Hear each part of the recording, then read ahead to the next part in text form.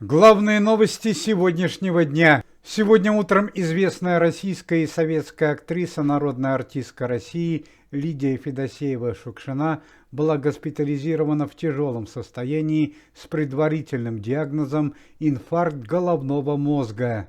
Стало известно, что Лидию Николаевну уже несколько дней беспокоили сильные головные боли, однако за медицинской помощью она обратилась лишь сегодня утром. Состояние известной актрисы диагностируется как тяжелое. Старшего внука певицы Аллы Пугачевой, молодого музыканта и актера Никиту Преснякова арестовали в одном из центральных баров Америки в штате Флорида.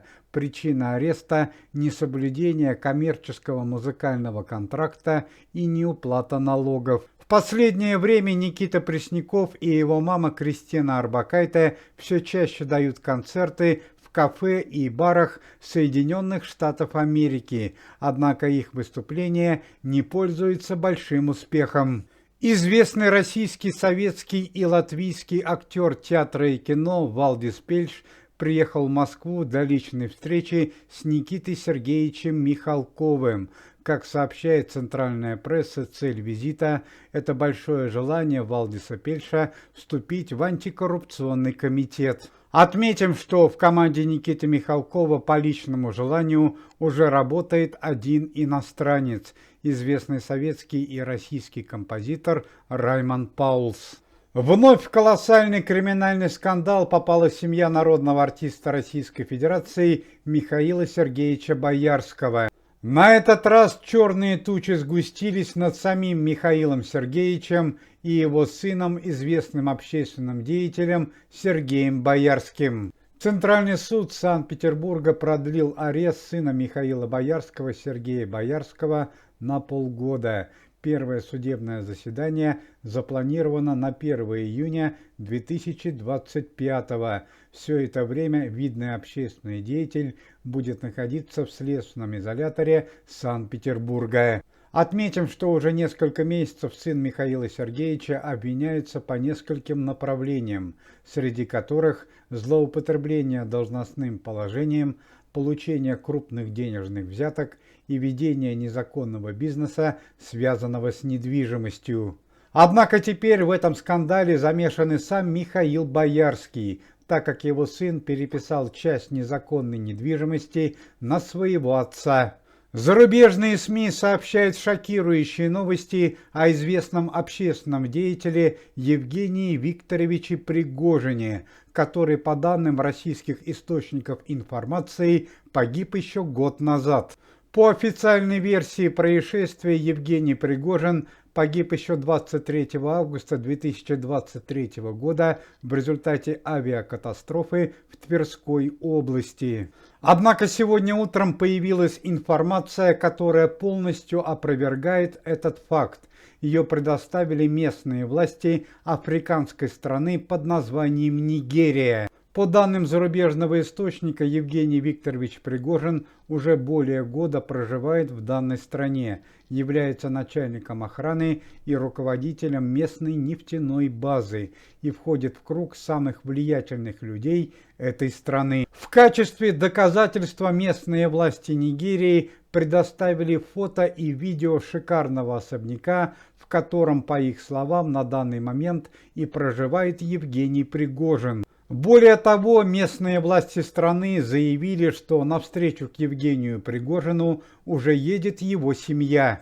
Никита Сергеевич Михалков и глава Следственного комитета Александр Бастрыкин прокомментировали данную новость и заявили, что подобная ситуация вполне возможна. В частности, Александр Иванович Бастрыкин заявил, что уголовное дело о смерти Евгения Пригожина до сих пор не закрыто, а судебно-медицинская экспертиза после авиакатастрофы так и не была произведена. К слову сказать, в российской прессе и интернете уже давно появлялась информация, что Евгений Пригожин мог инсценировать свою смерть с помощью дальнего родственника, который очень похож на него, или же двойника. На сегодняшний день данная информация остается открытой и пока официально не подтверждена.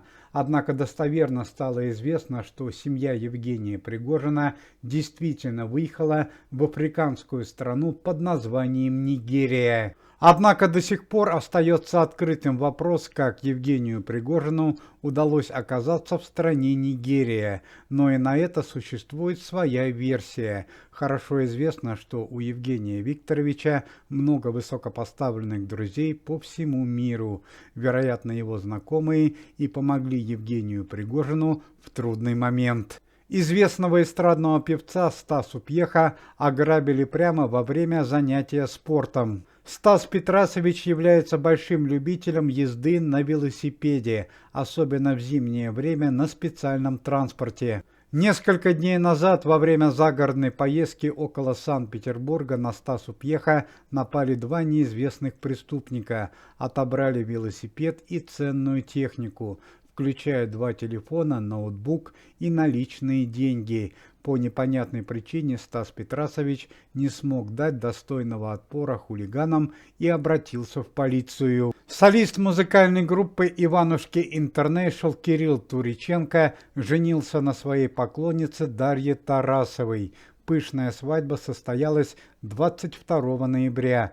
Официально пара заключила брак еще летом 2023-го, но из-за плотного графика гастролей супруги не смогли себе позволить полноценный праздник. Пресс-служба комитета сообщает о большой трагедии в мире российского шоу-бизнеса и культуры. Вчера вечером в городе Самаре в тяжелое дорожно-транспортное происшествие с печальными последствиями попали две известные певицы 90-х годов – Алена Апина и Татьяна Овсиенко. По данным местной прессы, обе певицы находились на гастролях в данном городе. Было установлено, что в момент аварии за рулем автомобиля находилась Татьяна Овсиенко, а на сиденье напротив находилась Алена Апина. Также стало известно, что Татьяна Овсиенко находилась под воздействием алкогольных напитков. Однако по роковой случайности больше всего в аварии пострадала Алена Апина. Известная певица на данный момент находится в реанимации. Татьяна Овсиенко также получила повреждения, но в меньшей степени. Напомним, что еще год назад в жизни Алены Апиной произошла страшная трагедия. Также в результате дорожно-транспортного происшествия на электросамокате погибла ее дочь. После этого Алена Апина долгое время находилась в депрессии, а несколько месяцев назад объявила, что собирается уйти в монастырь. Еще одна трагедия из мира российского шоу-бизнеса.